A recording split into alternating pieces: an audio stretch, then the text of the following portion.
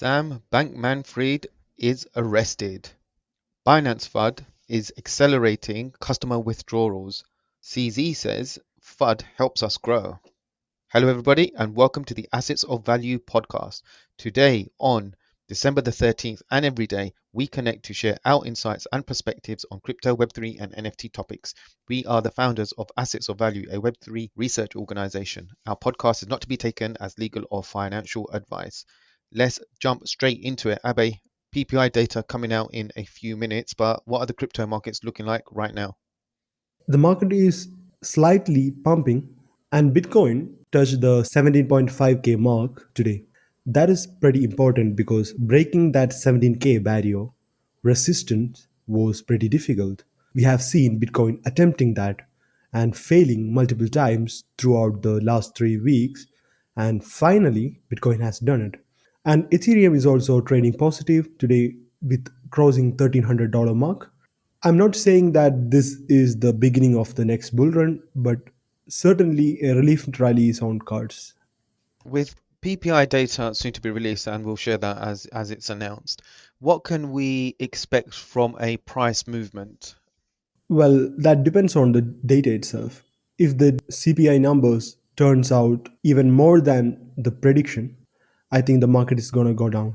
But regardless, I think the pump has already anticipated the CPI data, and I am pretty positive that the CPI data will be negative for the market, and then Bitcoin can easily go back to 17K region again.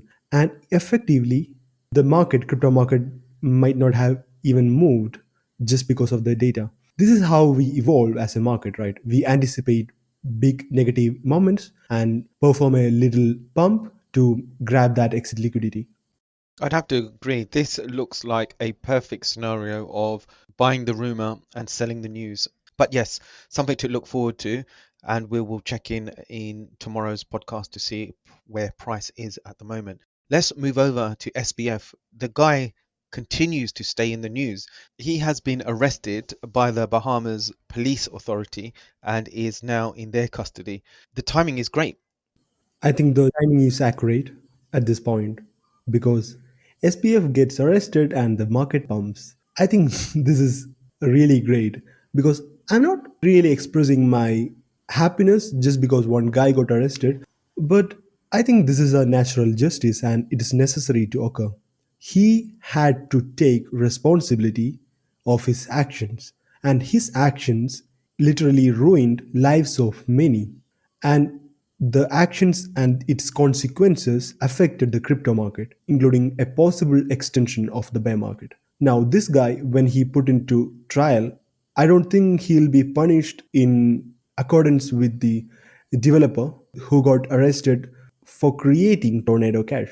But if he gets behind bars, I think it's a pretty positive thing for crypto. And amidst all this, FTX Japan has assured its customers that they will be reimbursing every affected Japanese user within a week.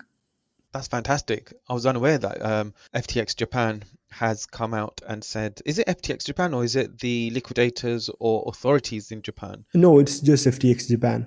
That's fantastic to hear. They are taking some ownership, maybe trying to rescue whatever's left of that tattered brand. The arrest of SBF, I'm not sure whether it's another play in this story that is unraveling. He, SBF, was supposed to testify against Congress today or Wednesday, and the fact that he is arrested, he now cannot testify and then stand before Congress, which gives him more time to either get his story straight or contemplate on what his actual next move is.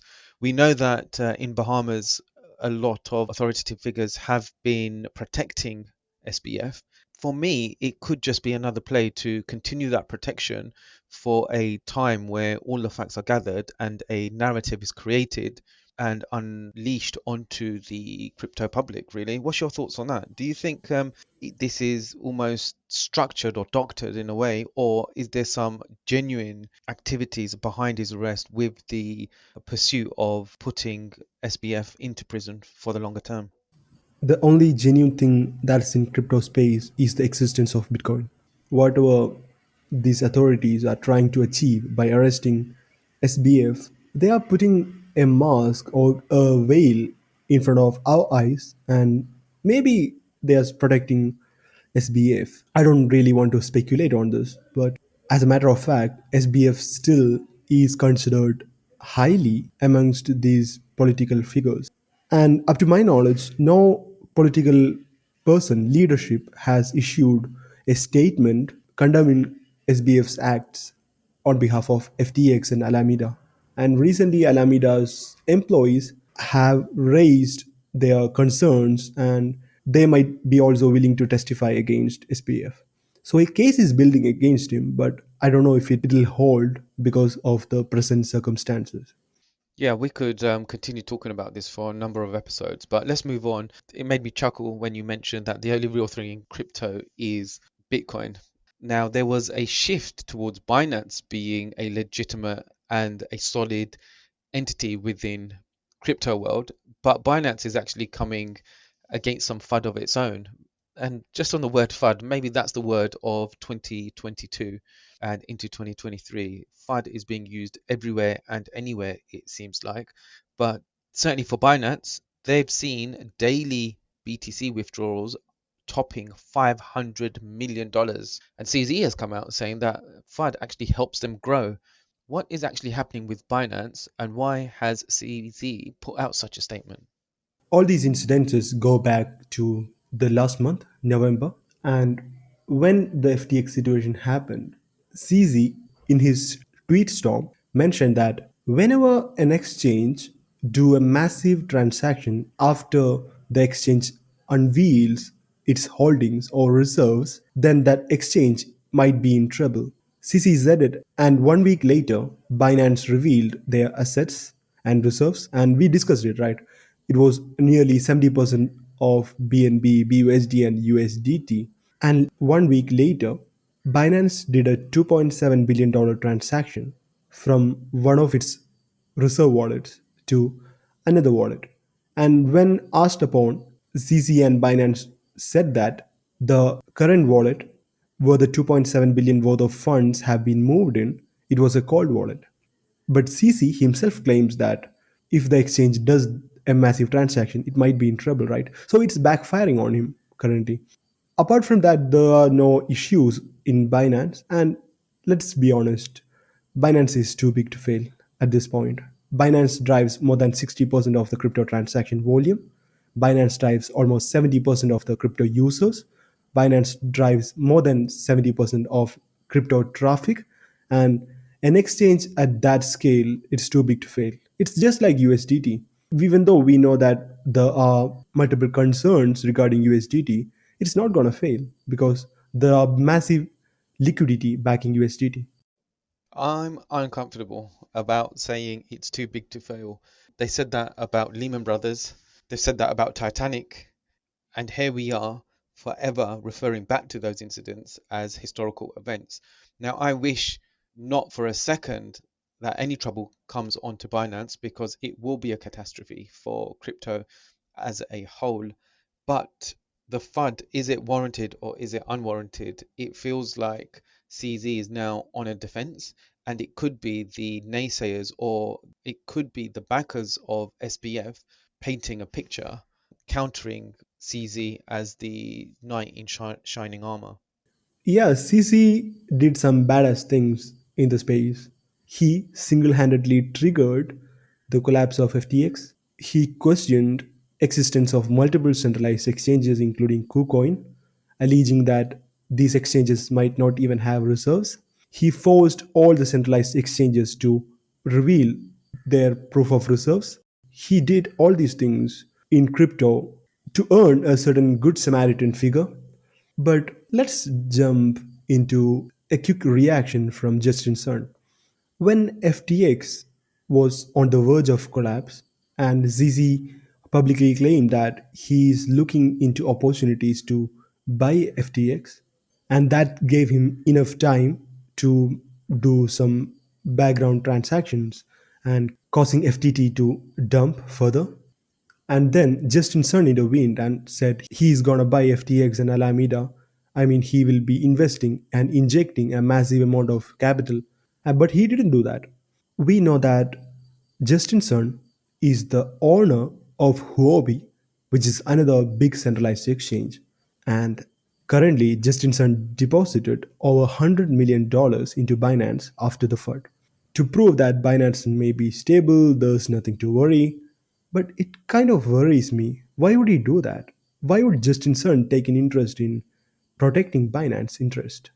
There's something going on here for sure because Justin Sun and CZ, they were not really friends in the crypto space because they argue for multiple chains. Justin Sun has his Tron TRX chain and ZZ has his Binance chain, and both has their own respective stablecoins. It seems like these exchange wars are continuing, and I think it was actually the Kraken founder Jesse Powell who then questioned Binance's proof of reserves report. Essentially, it was where Binance was attempting to prove its collateral holdings, and even that, when the report was done, it was 97% collateralized.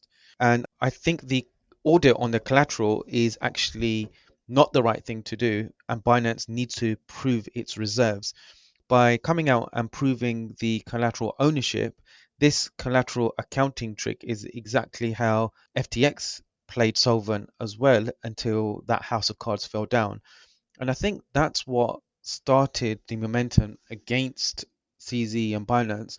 But a 3% difference, it's not much. And with Binance's might within the space, if there was a 3% difference, I'm sure it could raise that within seconds.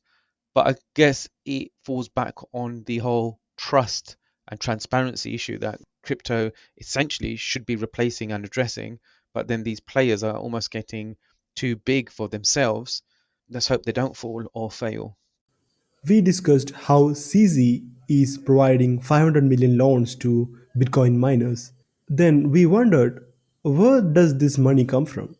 CZ, although he's a billionaire, doesn't have $500 million to put into anything. And CZ also funded the Twitter buying campaign of Elon Musk. So where do all this money come from? That's questionable, right? And maybe, just maybe, the 3% accounts for many things, many good Samaritan things that CZ has been doing. We don't know for sure, but the money has to come from somewhere, and the hole in the balance sheet of Binance explains a lot. Let's quickly touch on NFTs and Starbucks Odyssey program. The coffee house chain recently launched its Starbucks Odyssey program in beta to a few thousand customers and employees in the US who have been on a waiting list since September. It's gone down really well. Basically, it seems like Starbucks wants to tap into the changing consumer habits, and they are jumping on the opportunity to build another layer on top of its existing loyalty program rather than replace it. And a mobile based program that rewards money spent with discounts. So the consumer wants to be an owner, a participant, and a community member, essentially being part and the story of the brand. So one to watch in terms of how it continues to execute. But it's great to see Web2 firms coming into Web3, building on top of their existing customer base and rewarding customers back in a new, different way using technology. We hope that crypto doesn't die. We know that Binance is the biggest exchange. We know that FTT and the exchange FTX has left a sour taste amongst crypto participants as well as investors. I just think that 2022 is a year to be forgotten, and there's only a couple of weeks left until we welcome in 2023. The CPI data just came in and it is the biggest drop since COVID crash. So the inflation is going down significantly, and we know that the data doesn't truly reflect the real situation, but still I think this drop is pretty good for crypto and all these volatile assets. But regardless, the negative inflation rates has been going on since June, and the current level is just marginally high. And as I explained earlier, this could pump crypto for a while, and then we can prepare for another leg of downtrend. So yes, we ultimately remain bearish. I'm just looking at price action here. Bitcoin is at $17,911. That's quite high. Will it break the 18,000 psychological figure? ETH is up around 5% on the day right now, and it is trading at $1,338. So we've seen a sizable increase on the back of this news. Let's see how this settles down and where we are tomorrow or later in the day. Watch out for any Twitter updates. I think that pretty much wraps up our show today. I'm glad you were able to jam with us. Super fun as always. That's it. Until next time, thank you everybody, and we're signing off.